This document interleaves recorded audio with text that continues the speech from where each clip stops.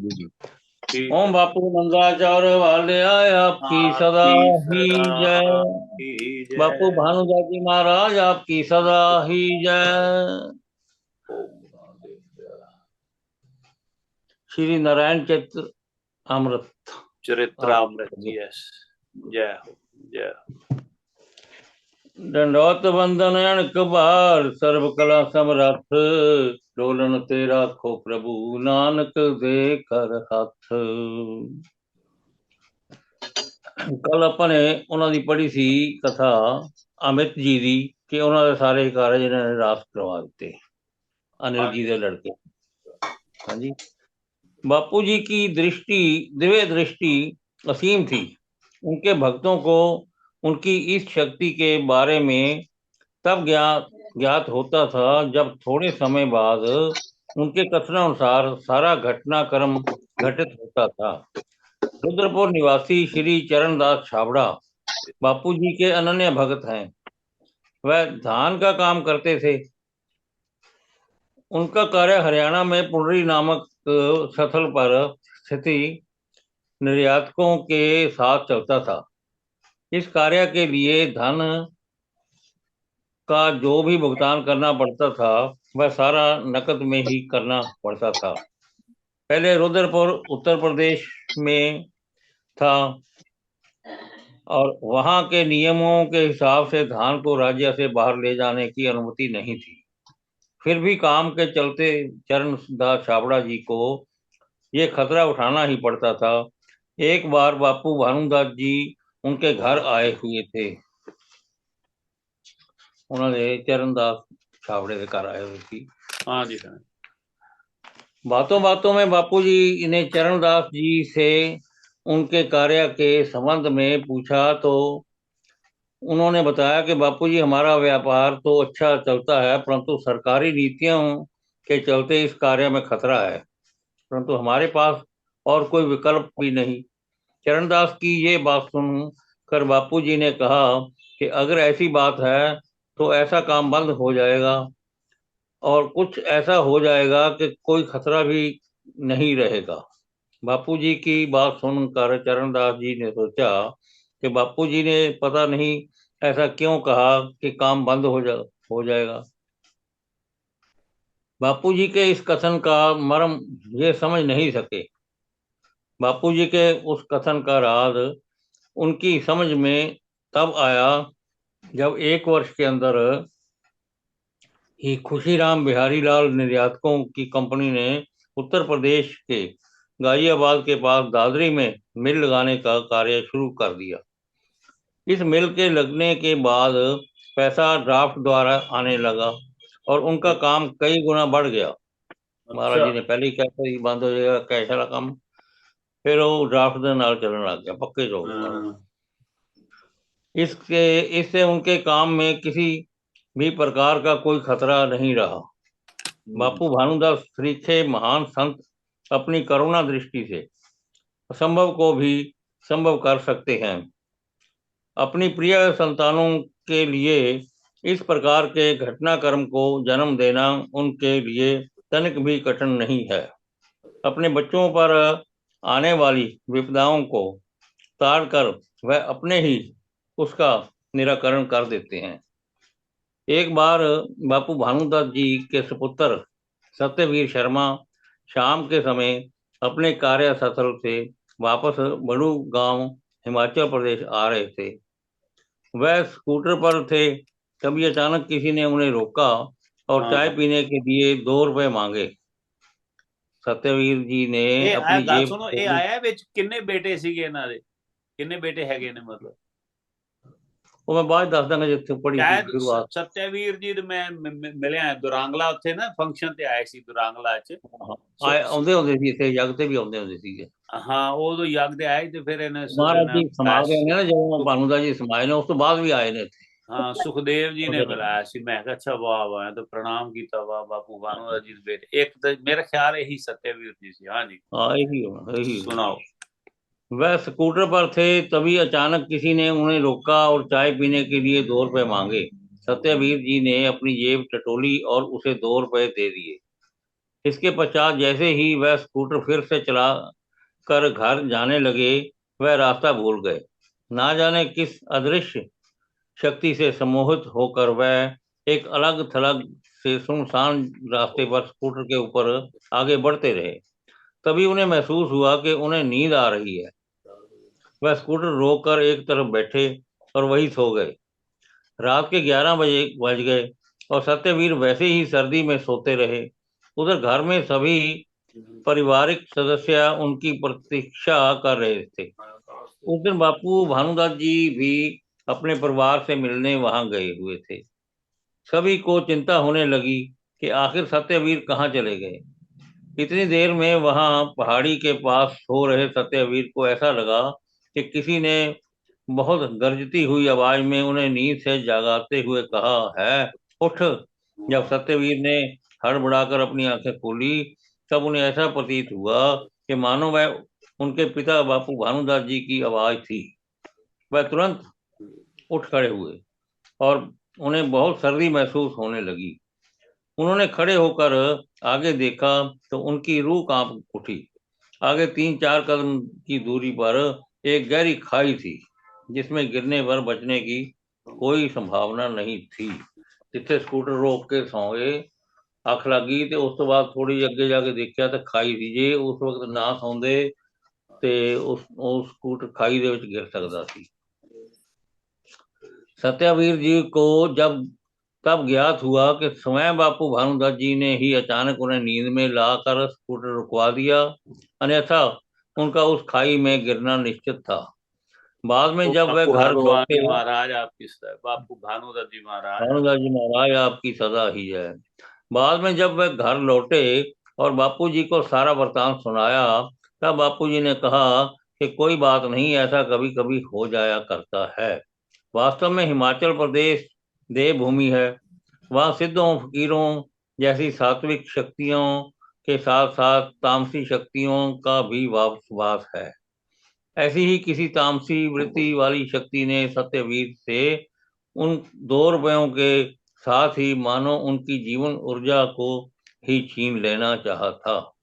इसलिए सत्यवीर एक अनजाने पहाड़ी रास्ते पर सरपट स्कूटर दौड़ा रहे थे। परंतु बापूजी के रहते ये किस प्रकार संभव था कि कोई उनकी संतान को हाथ भी लगा दे। इसलिए सत्यवीर को ठीक उसी समय नींद आई जब खाई तक पहुंचने में 2-3 कदम ही शेष थे। साक्षात ईश्वर तुल्य योगी के आगे कोई तामसी शक्ति कुछ नहीं कर सकती। असंभव और अकल्पनीय जैसा कोई भी शब्द उनके शब्द कोश में नहीं है होता है। एक बार बापूजी दिल्ली में किसी शादी में गए हुए थे। वहां रुद्रपुर के पास स्थिति एक शहर किच्छा निवासी श्री ओम तनेजा भी आए हुए थे। उनकी 3 बेटियां थी और तीनों ऑपरेशन से पैदा हुई थी। ओम और उनकी पत्नी पूनम ये चाहते थे कि उन्हें पुत्र प्राप्ति भी हो, परंतु डॉक्टर ने उन्हें और संतान पैदा करने के लिए मना किया था। ओम तनेजा के मामा श्री हर भगवान जी वर्तमान गद्दी ऋषि नंदाचौर। ओम तनेजा के मामा श्री हर भगवान जी दे हर भगवान जी वो तो गद्दी ऋषि ने ओम तनेजा के लिए बापू भानुदास जी से प्रार्थना करते हुए कहा कि महाराज जी इस पर दया कीजिए। ये सुनकर बापू जी ने कहा, चिंता मत करो, इनके 2 पुत्र होंगे। उस समय ओम तनेजा ने सोचा कि डॉक्टर तो एक संतान के लिए ही मना कर रहे हैं, क्या ऐसा संभव हो सकता है। ओम तनेजा को बहुत शीघ्र ही अपने इस प्रश्न का उत्तर मिल गया। समय आने पर उन्हें एक नहीं अपितु 2 जुड़वा पुत्रों की प्राप्ति हुई। ओम बापू भानुदास जी महाराज आपकी सदा ही जी उन्होंने महाराज आपकी सदाई जय। एक वाह जो है वाह 2 पुत्र मिले। जय हो। बापू जी ने कुछ ऐसी ही कृपा जलंधर निवासी कश्मीर लाल अरोड़ा और उनकी पत्नी रेणु पर की थी। कश्मीर लाल ने के कोई संतान नहीं थी। उनकी माता जमुना देवी उन्हें बापू भानुदास जी के पास लेकर गई और बापू जी से कृपा करने की प्रार्थना की। बापू जी ने आशीर्वाद देते हुए कहा कि चिंता बिल्कुल नहीं करनी, अभी तो बच्चों की लाइन लगनी है। बापूजी का ये वचन बहुत शीघ्र फलीभूत हुआ। रेणु ने अगले 9 महीनों में एक पुत्र को जन्म दिया। इसके बाद उन्हें एक पुत्री हुई। वह पुत्री अभी 1 वर्ष की थी भी नहीं थी कि उन्हें 2 जुड़वा पुत्रों की प्राप्ति हुई। यमुना देवी के दूसरे पुत्र जगदीश लाल और उनकी पत्नी सुनीता के भी संतान नहीं हो रही थी। यमुना देवी उन्हें भी बापूजी के पास लेकर गई और बापूजी के आशीर्वाद देने के 9 महीने बाद ही उन्हें पुत्री की प्राप्ति हुई। इसके बाद जब सुनीता दोबारा गर्भवती हुई तो जगदीश लाल उन्हें लेकर बापूजी के पास आए और पुत्र प्राप्ति की इच्छा प्रकट करते हुए उनसे पुत्र होने की दुआई मांगी। महाराज जी बोले, दुआई का समय तो निकल चुका है, परंतु तुम चिंता ना करो, हम बापूजी से दुआ करेंगे।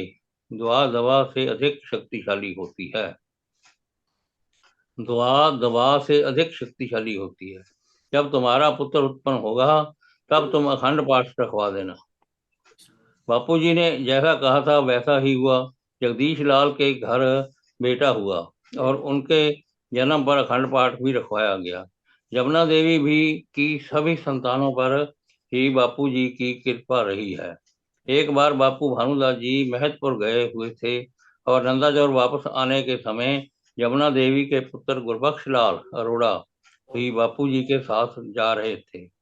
रास्ते में बापूजी ने गुरबख्श लाल से कहा कि तुम्हारे जिस चौबारे में बापू शरदा राम जी आकर ठहरा करते थे, उस पूरे स्थान को तुम संगत को बापूजी के मंदिर के लिए दे दो। गुरबख्श लाल ये सुनकर सोचने लगे कि इस स्थान पर तो एक साधारण सा चौबारा है, यहाँ भव्य मंदिर का निर्माण कौन कब और कैसे करेगा। बापू भानुदास जी तो कहकर कुछ ही महीनों में ज्योति जोत समा गए। तत्पश्चात सन 2001 में बापू हर भगवान जी की कृपा से उस स्थान पर संगत ने भव्य मंदिर का निर्माण करवाया। यमुना देवी की छोटी पुत्री सविता का जीवन भी बापू भानुदास जी के आशीर्वाद से सुखमय बना। जब सविता का विवाह हुआ तब उसके ससुराल वालों पर कुछ आर्थिक संकट था। एक बार सविता के भाई गुरबख्श लाल ने दुखी होकर प्रार्थना की, बापूजी आप मेरी बहन का जीवन सुखमय कीजिए। बापूजी ने सुनते ही कहा, घबराता क्यों है, सब ठीक हो जाएगा। बापूजी के मुख कमल से ये शब्द निकलने की देर थी कि सविता के घर वालों के सारे आर्थिक संकट दूर होते चले गए। आज की तारीख में उनके 2 बड़े शोरूम हैं और वे खुशहाल जीवन जी रहे हैं। यमुना देवी की सभी संतानें बापूजी की कृपा से दरबार के सेवा कार्यों में पूर्ण श्रद्धा और लगन से कार्य करती हैं और उनके संपूर्ण परिवार पर बापूजी की अपार कृपा है। हाँ जी रोजी। वाह, बहुत सुंदर। जय बापू। आरती पढ़ी। ओम बापू नंदाचौर वाले आपकी सदा ही जय हो। मैं आगे ही पढ़ूंगा है मामा जी? हाँ नंदाचौर। जय बापू दी। जय ओम बापू भानुदत्त जी महाराज आपकी सदा ही जय हो। सदा ही जय। बड़ी विशेषता ये है कि जब भी बड़ा प्रोग्राम होता है नंदाचौर दरबार में तो बापू जी के दर्शनों के बाद जो है दरबार में हाजिरी लगा के संगत वापस जाती है कि हम पहले बापू जी से आज्ञा ले आए तो ही हम वापस जाएं। ये एक नियम सा बना हुआ है। ऐसा कोई भी नहीं सोच सकता कि हम बिना बापू जी से आज्ञा लिए वापस जाएं। कि सबको ऐसा लगता है कि हमें कोई दिव्य कवच जो है वो मिल गया है और सही सलामत सब लोग अपने घरों को वापस आते हैं, क्योंकि उनके मन में, सबकी संगत के मन में ये धारणा है बड़ी दृढ़ कि हम सही सलामत अपने घर वापस जाएंगे। तो ऐसा ही एक सन 1995 की घटना है कि जून का यज्ञ था और वहां रामराज से संगत आई हुई थी नंदाचौर में। तो संगत पूरी एक बस भर के आई हुई थी। उस बस में कई भक्त थे। अब उसमें कुछ के नाम है जैसे विजय अरोड़ा जी, अमिता ढींगरा जी और हस्तिनापुर से भक्त जगदीश जी भी थे। अब जब ऐसा होता है कि इतनी दूर दूर से संगत आई हुई होती है और सबको बापूजी से आगे लेनी होती है, तो देर भी हो रही होती है। कई बार मन में ही आता है कि भाई देर हो रही है, जल्दी करें जल्दी करें। तो वो जो भक्त लोग थे जो रामराज से आए हुए थे, अब उनके मन में आया, उधर से जो बस का मालिक था वो भी बड़ा कह रहा था भाई देर हो रही है जल्दी करो। तो उन्होंने पहले तो कुछ देर वेट की कि हम बापूजी से आज्ञा लें तभी जाएंगे, लेकिन जब लगने लगा कि भाई नहीं बड़ी रात हो रही है, हमें समय लग जाएगा, तो बिना आज्ञा लिए ही बापूजी से वो बस लेके जो है चल पड़े। अब कुछ संगत तो बड़ा कहने गया अरे नहीं नहीं ऐसे नहीं करना, लेकिन नहीं माने। जब ज्यादा लोग ऐसे कहने चलो भाई देर हो रही है, तो कुछ दूर अभी चले थे वो बस को लेके, वो जो ड्राइवर था वो रास्ता भटक गया और वो बस को एक सुनसान रास्ते पे ले गया जो जंगल की ओर जाता था। अब जब ये देखा सारी संगत ने, वो तो बड़ा घबरा गई सारी संगत। अब वो दिमाग में फिर वही बातें सबकी आने लगी कि देखा हमने कहा था ना कि बापूजी से बिना आज्ञा लिए नहीं चलना है। और सारी जो है संगत बड़ी परेशान होगी, बापूजी को याद करने लगी। और उस समय मन मन सब बापू भानुदत्त जी शर्मा जी महाराज जी से क्षमा मांगने लगी और सबने प्रार्थना शुरू कर दी कि बापूजी भाई हमें सही रास्ता दिखाओ, सही रास्ता दिखाओ। तो जब सारी संगत एक साथ ये प्रार्थना करने लगी बस में बैठी हुई, तो एक बूढ़ा व्यक्ति, रात बिल्कुल घनी है सी, एक बूढ़ा व्यक्ति वहां नजर आया जिसकी एज लगभग 75 से 80 साल की थी और उसके हाथ में एक लालटेन थी। अब वो बस के सामने से नजर आया, एक लाठी के सहारे वो चल रहा था बूढ़ा व्यक्ति, और लग रहा था कि इसको जो है इस बूढ़े व्यक्ति को बड़ी प्रॉब्लम हो रही है चलने में। तो उसको देख के ड्राइवर ने जो रास्ता भटक गया था बस रुकी और पूछने लगा बाबा जी क्या आप हमें ये जो जीटी रोड जा रही है इसका रास्ता बता सकते हो कि ये किधर से भाई हमें मिलेगी, कैसे हम बाहर रास्ते पे पहुंचेंगे। तो वो जब ड्राइवर की बात सुनी उस बूढ़े व्यक्ति ने, तो हाँ में सिर हिलाया, हाँ मैं बता सकता हूँ रास्ता। और वो जिससे इतनी मुश्किल से चला जा रहा था उस बूढ़े व्यक्ति से, जब उसने ये बात कही कि हाँ मैं रास्ता बता सकता हूँ, तो बस पीछे पीछे और वो बूढ़ा व्यक्ति आगे आगे भागने लगा तेज तेज। अब सारी संगत जो बस में बैठी हुई बड़ी हैरान कि भाई अभी तो ये लग रहा था कि ये बूढ़ा आदमी जो है ये लाठी के सहारे चल भी नहीं पा रहा था, ये एकदम इतना जोश कैसे आ गया कि ये तो आगे आगे भाग रहे और बस पीछे पीछे। और कुछ ही समय बीता कि उस बूढ़े व्यक्ति ने उस बस को, जो संगत वाली बस थी, उसको जीटी रोड पे, फिर ड्राइवर ने धन्यवाद किया, बस को रोका। तो वो जो वृद्ध व्यक्ति था उसने बस वालों से कहा कि मेरे को ये लगता है कि आप लोग ना किसी सत्संग से आ रहे हो, सत्संग से वापिस आ रहे हो किसी। तो लोगों ने कहा हाँ हाँ, जो संगत बैठी हुई थी हाँ। तो ठीक है, फिर आपके पास तो लंगर का प्रसाद भी होगा, तो आप थोड़ा सा प्रसाद ना उसमें से मुझे दे दें। तो उस समय तो जब संगत आती है तो सबको प्रसाद मिलता ही है, तो सबके पास वो लंगर वाला प्रसाद था, सबने कुछ रोटियां उसमें से कुछ दाल निकाली और वो जो बूढ़ा व्यक्ति था जिसने रास्ता दिखाया था उसको दे दी और धन्यवाद किया और सब आके बस में बैठ गए। जब बस स्टार्ट की तो संगत ने पीछे मुड़ के देखा कि ना तो वहां कोई बूढ़ा व्यक्ति नजर आ रहा था, दूर दूर तक खाली सड़क थी, कुछ भी नहीं था। अब सब ये समझ गए कि वो बापूजी स्वयं आए थे उनका मार्गदर्शन करने, उस ड्राइवर को रास्ता दिखाने और संगत को सही स्थान पे पहुंचाने के लिए, और बापूजी आए थे। और इस घटना से सारी संगत का, भक्तों का ये विश्वास और भी दृढ़ हो गया कि नंदाचौर से वापस जाने से पहले बापूजी की आज्ञा लेना बहुत जरूरी है, उनके बिना आज्ञा लिए वापस नहीं जाना है। तो ऐसी घटनाएं हैं जो बापूजी के प्रति दृढ़ विश्वास को बनाती हैं। ऐसे बापूजी के चरणों में कोटि कोटि नमन। ओम बापू भानुदत्त शर्मा जी महाराज आपकी सदा जय। और पढ़ो, मैं पढ़ा, मैं बाकी और पढ़ नहीं। आगे बताऊं। फिर ये घटना, वो संगत में थे लोग, कुछ बैठे हुए थे, तो कुछ दिनों बाद वो नंदाचौर दरबार आए। तो अभी इससे पहले कि वो सारी घटना बताते कि इस बार जब हम वापस गए महाराज जी हमारे साथ ऐसे ऐसे हुआ, उनके कहने से पहले ही बापू भानुदत्त शर्मा जी महाराज जी ने ये कह दिया कि अरे भाई तुमने तो हमारे पैर झाड़ियों में छिलवा दिए, पता नहीं कहाँ कहाँ से होते हुए हमने तुम्हें सुरक्षित सड़क तक पहुंचाया। ये बात बापू भानुदत्त शर्मा जी महाराज उन संगत के लोगों से कह रहे हैं जो कुछ दिनों बाद मत्था टेकने नंदाचौर आए। तो ये बात सुन के वो जो भक्त थे वो इतने हैरान हुए कि अभी तो उन्होंने ये बात बापूजी को बतानी थी कि उस दिन उनकी कृपा से कैसे लोग सुरक्षित बच गए और अपने घरों तक पहुंचे।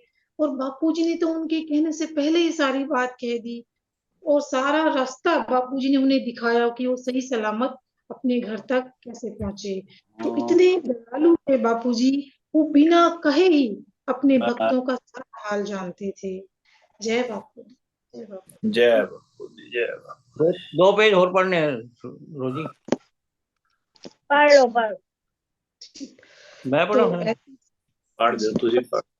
बापू जी तो इतने दयालु थे कि बिना कहे ही अपने भक्तों का सारा हाल जानते थे। सिरसा बिल्कुल। निवासी मुकेश रानी बापू जी की भगत थी। विवाह उपरांत उन पर दुखों का पहाड़ टूट पड़ा। एक वर्ष के भीतर ही उन्हें अपनी पुत्री के साथ वापस मायके आना पड़ा। आत्मनिर्भर होने के लिए उन्होंने एक विद्यालय में अध्यापन कार्य शुरू किया। इसके कुछ समय पश्चात उनकी पुत्री को पोलियो हो गया। मुकेश जी की आय बहुत कम थी। सारा धन बेटी के इलाज में ही चला जाता था। उनकी आर्थिक स्थिति बहुत कमजोर हो गई थी। फिर भी वह बापूजी के प्रति पूर्ण आस्था रखते हुए अपना कर्तव्य निभा रही थी। सच्चे भक्तों की यही निशानी है कि दुर्दिन आने पर भी उनका विश्वास ईश्वर पर से रत्ती भर भी कम नहीं होता। सच्चे भक्त ये जानते हैं कि सुख और दुख इस शरीर के कर्म भोग हैं, जो भोगने ही पड़ते हैं। ईश्वर सदृश गुरु की कृपा से प्रारब्ध कर्मों का जोर कम हो जाता है। मुकेश जी ये सब भली भांति जानती थी, इसलिए वह जीवन के रण क्षेत्र में दृढ़ता से जमी हुई थी। कुछ वर्ष बीत जाने पर विद्यालय में सरकारी पद मिलने का मौका आया। एक ही पद के लिए दो उम्मीदवार थे, एक मुकेश और दूसरी एक अन्य अध्यापिका, जो अनुभव में मुकेश से वरिष्ठ थी। बापूजी की कुछ ऐसी कृपा हुई कि वह सरकारी पद मुकेश जी को ही मिला। उस अध्यापिका से ये सहन नहीं हुआ और उसने विद्यालय के प्रबंधक और मुकेश जी को धमकियां देनी शुरू कर दी। मुकेश जी बापूजी से मन ही मन प्रार्थना करती रही और इस प्रकार 3 महीने बीत गए। विद्यालय प्रबंधक ने निर्णय लिया कि कोर्ट केस से बचने के लिए और विद्यालय की शांति बनाए रखने के लिए सरकारी पद उस अध्यापिका को दे दिया जाए। जिस दिन प्रबंधक ने मुकेश जी को ऐसा करने के लिए कहा, उनका मन हताश और निराश से भर गया। घर आने के पश्चात वह फूट फूट कर रोने लगी और रोते रोते ही उन्होंने बापू भानुदास जी को पत्र लिखना शुरू किया। उनका पत्र आंसुओं से पूरी तरह भीग गया था और कोई भी अक्षर स्पष्ट या पढ़ने लायक नहीं था। परंतु अंतर्यामी बापूजी तो सभी के मन की बात पढ़ने में समर्थ है। मुकेश जी ने वही आंसुओं से भीगा पत्र भरी दोपहर में पैदल चलकर 1 किलोमीटर दूर स्थित मुख्य डाकघर में पोस्ट कर दिया। 2 दिन बाद विद्यालय प्रबंधक ने मुकेश जी को कहा कि तुम्हें ये पद छोड़ने की आवश्यकता नहीं है। वह अध्यापिका यदि कोर्ट केस करती है तो करने दो। ये सुनकर मुकेश जी प्रसन्न हो गई और बापूजी का मन ही मन धन्यवाद करने लगी। जब वह दोपहर 2 बजे विद्यालय से वापस आई तो परम पूज्य बापू जी का जवाबी पत्र मिला। जब मुकेश जी ने उस पत्र को खोलकर पढ़ा तो वह आश्चर्यचकित रह गई और वह अंदर तक रोमांचित हो गई। बापू जी ने पत्र में जो शब्द लिखे थे वह अक्षरक्ष वही शब्द थे जो उसी दिन सुबह 10 बजे विद्यालय प्रबंधक ने कहे थे। बापू जी की ऐसी लीला बापू भानुदास जी महाराज आपकी सदा आपकी सलाह दी जाए। जय बापू हो। जी की ऐसी लीला थी कि उन्होंने दूर बैठे ही उस प्रबंधक के हृदय पटल पर वही शब्द अंकित कर दिए जिनसे मुकेश जी का कार्य बिना किसी बाधा के संपादित होना था। इसके पश्चात उस अध्यापिका ने भी धमकियां देनी बंद कर दी। बापू भानुदास जी के आशीर्वाद से मुकेश जी की नौकरी पर आया संकट टल गया। बापू जी ने उनकी पुत्री पर भी बहुत कृपा की और आज बापू जी ने आशीर्वाद से उनकी पुत्री उच्च शिक्षा प्राप्त कर एक महाविद्यालय में कार्यरत है। बापू भानुदास जी ने दरबार की 16 साल प्राणपन्न से सेवा की। उन्होंने नंदाचौर दरबार के ऊपरी हॉल का निर्माण करवाया। नंदाचौर और उसके आसपास के क्षेत्रों की जनता के लिए अस्पताल खुलवाया। बापू जी ने थड़ा साहब में बापू हरनाम जी की मूर्ति स्थापना करवाई और समाधि साहब में बापू गुरदास राम जी के समाधि स्थल का निर्माण कर किया। बापू जी ने निर्माण किया। इस प्रकार संगत की सेवा करते हुए 16 साल बीत गए। जब उनके महाप्रयाण का समय आ चुका था, अपने महाप्रयाण से 2 वर्ष पूर्व उन्होंने अपने परिवार वालों को सरसरी तौर पर बता दिया था कि वैसे तो मेरा जीवन काल समाप्त हो चुका है, परंतु बापू जी की ये इच्छा है कि मैं कुछ समय और संगत की सेवा करूं। बापू भानुदास जी ने अपने स्नेह और अपनी करुणा से अपनी भगत संतानों को ऐसा सिंचित किया कि आज तक सभी भक्तों को ऐसा प्रतीत होता है मानो बापू जी उन्हें ही सबसे ज्यादा प्रेम करते हैं। ओम बापू भानुदास जी महाराज आपकी सदा ही जय। सदा ही पढ़दे जय। पवित्र होए, सुनदे पवित्र होए, जे तेरा नाम दयालया, वसे वैकुंठ परम गत पावे, हरि गंगा दा नाम दयालया। ओम बापू भानुदास जी महाराज आपकी सदा ही जय। थैंक चरखा यू। राम जी महाराज आपकी सदा ही जय। ਧੰਨਵਾਦ ਹੈ ਨਾਗਪਾਲ ਜੀ ਦਾ, ਜਿਹੜਾ ਸ਼੍ਰੀ ਨਾਰਾਇਣ ਚਰਿਤ੍ਰਾਮ੍ਰਿਤ ਤੋਂ ਬਾਪੂ ਜੀ ਬਾਰੇ, ਬਾਪੂ ਭਾਨੂਦਾਸ ਜੀ ਦੇ ਸਾਰਾ ਜੀਵਨ ਦੇ ਬਾਰੇ ਥੋੜਾ ਥੋੜਾ ਦੱਸ ਰਹੇ ਨੇ। ਜੋ ਇਹਨਾਂ ਦੇ ਜੀਵਨ ਬਾਰੇ ਇਹਨਾਂ ਦੇ ਗੱਲਾਂ ਤਾਂ ਸਾਰੀਆਂ ਦੱਸੀਆਂ ਹੀ ਨਹੀਂ ਜਾ ਸਕਦੀਆਂ, ਕਿਉਂਕਿ ਉਹ ਇੰਨੀਆਂ ਗੁਪਤ ਵੀ ਹੁੰਦੀਆਂ ਨੇ। ਇਹਨਾਂ ਉਹ ਰੱਬ ਨਾਲ ਸਿੱਧੀ ਗੱਲ ਜਿਹੜੀ ਕਰ, ਉਹਨਾਂ ਜੀਵਨ ਬਾਰੇ ਦੱਸ ਨਹੀਂ ਸਕਦਾ ਕੋਈ ਸੰਤਾਂ ਦੇ। ਪਰ ਥੈਂਕ ਯੂ ਰੋਜ਼ੀ, ਥੈਂਕ ਯੂ ਨਾਗਪਾਲ ਜੀ, ਤੁਸੀਂ ਜਿਹੜਾ ਪ੍ਰਸੰਗ ਸੁਣਾਏ ਮਹਾਰਾਜ ਦੇ। ਹੋਰ ਵੀ ਪ੍ਰੇਮ ਵੱਧਦਾ ਹੈ ਸੰਤਾਂ ਦੇ ਪ੍ਰਤੀ, ਹੋਰ ਸ਼ਰਧਾ ਵੱਧਦੀ ਹੈ। ਗੋਬਿੰਦਗੜ੍ਹ ਸਾਡੇ ਕੋਲ 3 ਵਾਰੀ ਆਏ ਸੀ ਭਾਨੂਦਾਸ ਜੀ। ਇੱਕ ਵਾਰੀ ਸਾਡੀ ਕੋਠੀ ਦਾ ਮਹੂਰਤ ਸੀ, ਫਿਰ 2 ਵਾਰੀ ਬੱਚਿਆਂ ਦੀ ਸ਼ਾਦੀ ਤੇ। ਜੈ ਜੈ ਬਾਪੂ ਜੀ ਨੇ ਬੜੀ ਕਿਰਪਾ ਬਈ ਕੀਤੀ ਹੈ, ਸਾਡੇ ਪਰਿਵਾਰ ਤੇ ਬੜੀ ਕਿਰਪਾ ਕੀਤੀ ਹੈ। ਜਦੋਂ ਵੱਡੇ ਭਾਈ ਸਾਹਿਬ ਦਾ ਸਰਜਰੀ ਕਰਾਣੀ ਸੀ 85 ਦੇ ਵਿੱਚ, ਤੇ ਉਸ ਵੇਲੇ ਮਹਾਰਾਜ ਜੀ ਨੇ ਬੜੀ ਕਿਰਪਾ ਕੀਤੀ ਸੀਗੀ, ਕਿਉਂਕਿ ਡਰ ਸੀਗਾ। ਕਹਿੰਦੇ ਵੀ ਬਾਪੂ ਸ਼ਰਧਾ ਰਾਮ ਜੀ ਨੇ ਮਤਲਬ ਥੋੜਾ ਰੋਕਿਆ ਸੀ ਉਹਨਾਂ ਦਿਨਾਂ ਚ, ਕਿਉਂਕਿ ਉਦੋਂ ਫਿਰ ਇੰਨੀ ਕੋਈ ਹੋਈ ਨਹੀਂ ਸੀ ਅਜੇ। ਬ੍ਰਦਰ ਦੇ ASD ਸੀਗਾ, ਹਾਰਟ ਦੇ ਵਿੱਚ ਹੋਲ ਸੀਗਾ, ਤੇ ਫਿਰ ਅਮਰੀਕਾ ਦੇ ਵਿੱਚ ਕਰਾ ਰਹੇ ਸੀਗੇ। ਤੇ ਬਾਪੂ ਭਾਨੂਦਾਸ ਜੀ ਨੇ ਕਿਹਾ ਅਮਰੀਕਾ ਦੇ ਵਿੱਚ ਤੁਸੀਂ ਕਰਾ ਰਹੇ ਹੋ, ਤੁਸੀਂ ਫਿਕਰ ਨਾ ਕਰੋ, ਬਾਪੂ ਇੱਕਦਮ ਲੋਹੇ ਦਾ ਕੋਟ ਬਣਾ ਦੇਣਗੇ। ਬੜੇ ਪਾਵਰਫੁਲ ਹੋਰ ਆਏ ਹੋਏ ਸੀਗੇ ਉਦੋਂ, ਬੜੇ ਫਿਰ ਬੜਾ ਹੌਸਲਾ ਦਿੱਤਾ ਮਾਤਾ ਜੀ ਨੂੰ, ਪਿਤਾ ਨੂੰ ਵੀ ਤੁਸੀਂ ਕਰਾਓ। ਕਹਿੰਦੇ ਕੋਈ ਗੱਲ ਨਹੀਂ, ਕੌਨਫੀਡੈਂਸ ਬਹੁਤ ਸੀਗਾ, ਕੌਨਫੀਡੈਂਸ ਨਾਲ ਬੜੀ ਗੱਲ ਕਰਦੇ ਸੀ, ਬੜੀ ਕੌਨਫੀਡੈਂਸ। ਕਹਿੰਦੇ ਜਾਓ ਤੁਸੀਂ, ਹੋ ਜਾਏਗਾ, ਕਾਮਯਾਬ ਹੋ ਜਾਏਗਾ। ਐਸੀ ਕਿਰਪਾ ਹੋਈ। ਦੇਖ ਲਓ 85 ਦਾ ਅੱਜ ਕਹਿੰਦੇ 40 ਸਾਲ ਹੋ ਗਿਆ ਆਲਮੋਸਟ, ਸਮਝ ਲੈ 39 ਸਾਲ, ਤੇ ਮਹਾਰਾਜ ਦੀ ਕਿਰਪਾ ਹੈਗੀ ਹੈ। ਤੇ ਸੁਖਚੈਨ ਭਾਈ ਸਾਹਿਬ, ਵੱਡੇ ਭਾਈ ਸਾਹਿਬ ਦੀ ਗੱਲ ਕਰ ਰਹੇ। ਸੋ ਇਹਨਾਂ ਨੇ ਕਿਉਂਕਿ ਇਜਾਜ਼ਤ ਦਿੱਤੀ, ਉਦੋਂ ਡਰ ਸੀਗਾ ਵੀ ਬਾਪੂ ਸ਼ਰਧਾ ਉਹਨਾਂ ਦਿਨਾਂ ਚ ਰੋਕੇ। ਕਹਿੰਦੇ ਉਹ ਅਜੇ ਤਰੱਕੀ ਨਹੀਂ ਹੋਈ ਸੀ ਸਾਇੰਸ ਦੀ ਇੰਨੀ, ਨਾਲੇ ਤੁਸੀਂ ਇੰਡੀਆ ਚ ਸੋਚ ਰਹੇ ਸੀ। ਹੁਣ ਤੁਹਾਡਾ ਅਮਰੀਕਾ ਦੇ ਵਿੱਚ ਸਾਰਾ ਸੈਟਅਪ ਬਣ ਗਿਆ ਹੈ, ਤੇ ਅਮਰੀਕਾ ਚ ਕਰਾਉਣਾ ਤੇ ਤੁਸੀਂ ਕਰਾਓਗੇ। ਬਹੁਤ ਬਾਪੂ ਜੀ ਬੜੇ ਜਾਣੀ ਜਾਣ ਸਨ, ਬੜੇ ਦੱਸ ਦਿੰਦੇ ਸੀ। ਚਾਂਦੀ ਦੀ ਕਿੱਥੇ, ਚਾਂਦੀ ਦੀ ਹੈਗੇ ਸੀ ਹੁਣੇ। ਚਾਂਦੀ ਨੂੰ ਉਹਨਾਂ ਨੇ ਕਿਹਾ ਸੀ, ਚਾਂਦੀ ਦੇ ਹਸਬੈਂਡ ਦੀ ਬੜੀ ਯੰਗ ਏਜ ਦੇ ਡੈਥ ਹੋ ਗਈ ਸੀ, ਤੇ ਮਹਾਰਾਜ ਜੀ ਨੇ ਬੜਾ ਆਸ਼ੀਰਵਾਦ ਦਿੱਤਾ ਸੀ ਕਿ ਤੈਨੂੰ ਇਹਦੀ ਕਮੀ ਤਾਂ ਪੂਰੀ ਨਹੀਂ ਕਰ ਸਕਦੇ ਤੇਰੇ ਹਸਬੈਂਡ ਦੇ, ਜਿਹੜਾ ਵੀ ਕੋਈ ਵੀ, ਲੇਕਿਨ ਤੇਰਾ ਆ ਜਿਹੜਾ ਕਿਸੇ ਤਰ੍ਹਾਂ ਦਾ ਬਾਕੀ ਕੋਈ ਹੋਰ ਕਮੀ ਨਹੀਂ ਰਹਿਣੀ ਕਿਸੇ ਤਰ੍ਹਾਂ ਦਾ। ਬੱਚੇ ਨੇ ਫਿਰ ਇੰਜੀਨੀਅਰਿੰਗ ਕਰਕੇ ਪੂਰਾ ਬੜਾ ਮਤਲਬ ਕਿ ਸਭ ਤਰ੍ਹਾਂ ਦੀ ਕਿਰਪਾ ਹੈਗੀ ਮਹਾਰਾਜ ਦੀ ਬੜੀ। ਤੇ ਚਾਂਦੀ ਨੂੰ ਬੜਾ ਹੌਸਲਾ। ਹਾਂਜੀ, ਤੇਰਾ ਭਵਿੱਖ ਸੁੰਦਰ ਹੋਏਗਾ।